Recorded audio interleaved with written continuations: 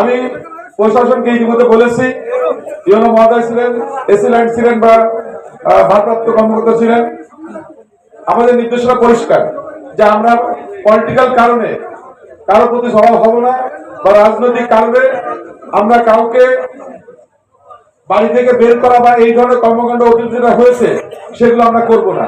সুতরাং এখানে যদি কেউ অন্যায় করে থাকে বিগত দিনে ফৌজদারি আইনে যদি মামলা হয় তাহলে তার বিচার হবে, কিন্তু কেউ যেন কোনো ব্যক্তির উপর যেন আক্রমণ না করে বা চড়াও না হয় সেদিকে খেয়াল রাখতে হবে। করলে তার দায় দায়িত্ব দল নিবে না। দলের পরিষ্কার অবস্থান, আমরা প্রতিহিংসা প্রতিশোধের রাজনীতি করব না। সুতরাং এখানে যারা কোন দল করে কি করে এইটা কোনো বিবেচ্য বিষয় নয়। সবাই তার পরিবারের সাথে বাড়িতে অবস্থান করবে। যদি কোনো মানুষ অন্যায় করে দেশের আইন অনুযায়ী তার বিচার হবে। সে বিএনপি, জামাত, আওয়ামী লীগ, এনসিপি কোন পার্টি করে এটা বড় কথা না। যে কেউ অন্যায় করলে তার বিচার হবে, দেশের পরিচালিত আইন অনুযায়ী তার শাস্তি পেতে হবে। কিন্তু আমরা শাস্তি দেওয়ার কেউ না, আমরা সাধারণ জনগণ।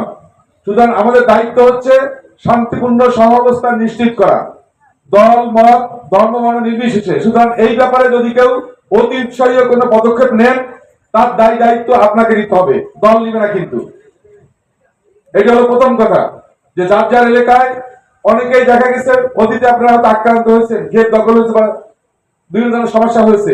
আমরা চাই না নতুন করে সেটা চর্চা হোক। যদি কেউ ক্ষতিগ্রস্ত হন প্রশাসনের মাধ্যমে কাগজপত্র যাচাই বাছাই করে সেটা আমরা সমাধান করব। আমি নির্বাচনের পরে আমি কিন্তু একটা অভিযোগের জন্য আমি কয়েকটা নাম্বার দিয়েছিলাম, ইতিমধ্যে 40 থেকে 50টা অভিযোগ আসছে। আপনাদের ভোটের নির্বাচিত হওয়ার কারণে আমাদের প্রিয় নেতা, আমাদের চেয়ারম্যান, বর্তমান বাংলাদেশের প্রধানমন্ত্রী আমাদের শ্রদ্ধেয় জনাব তারেক রহমান আমাকে বন, পরিবেশ ও জলবায়ু বিষয়ক মন্ত্রণালয়ের প্রতিমন্ত্রী হিসেবে নিয়োগ দিয়েছেন। আমি কৃতজ্ঞতা প্রকাশ করছি। এই কৃতিত্ব আপনাদের।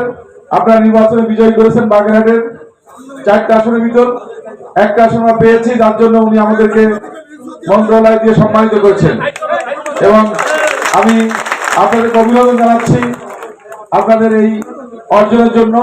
আমি চেষ্টা করব আপনাদের প্রতিনিধি হিসেবে সঠিকভাবে দায়িত্ব পালন করার জন্য।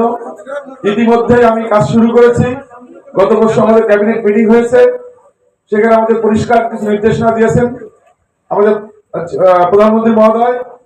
প্রথমত আমাদের আইন শৃঙ্খলা রক্ষাকারী বাহিনীকে উনি নির্দেশ দিয়েছেন আইন শৃঙ্খলা পরিস্থিতি স্বাভাবিক করে আনার জন্য এবং কোন এলাকায় যেন কোনো পলিটিক্যাল গ্যাঞ্জাম না হয় সেদিকে নজরদারি রাখার জন্য।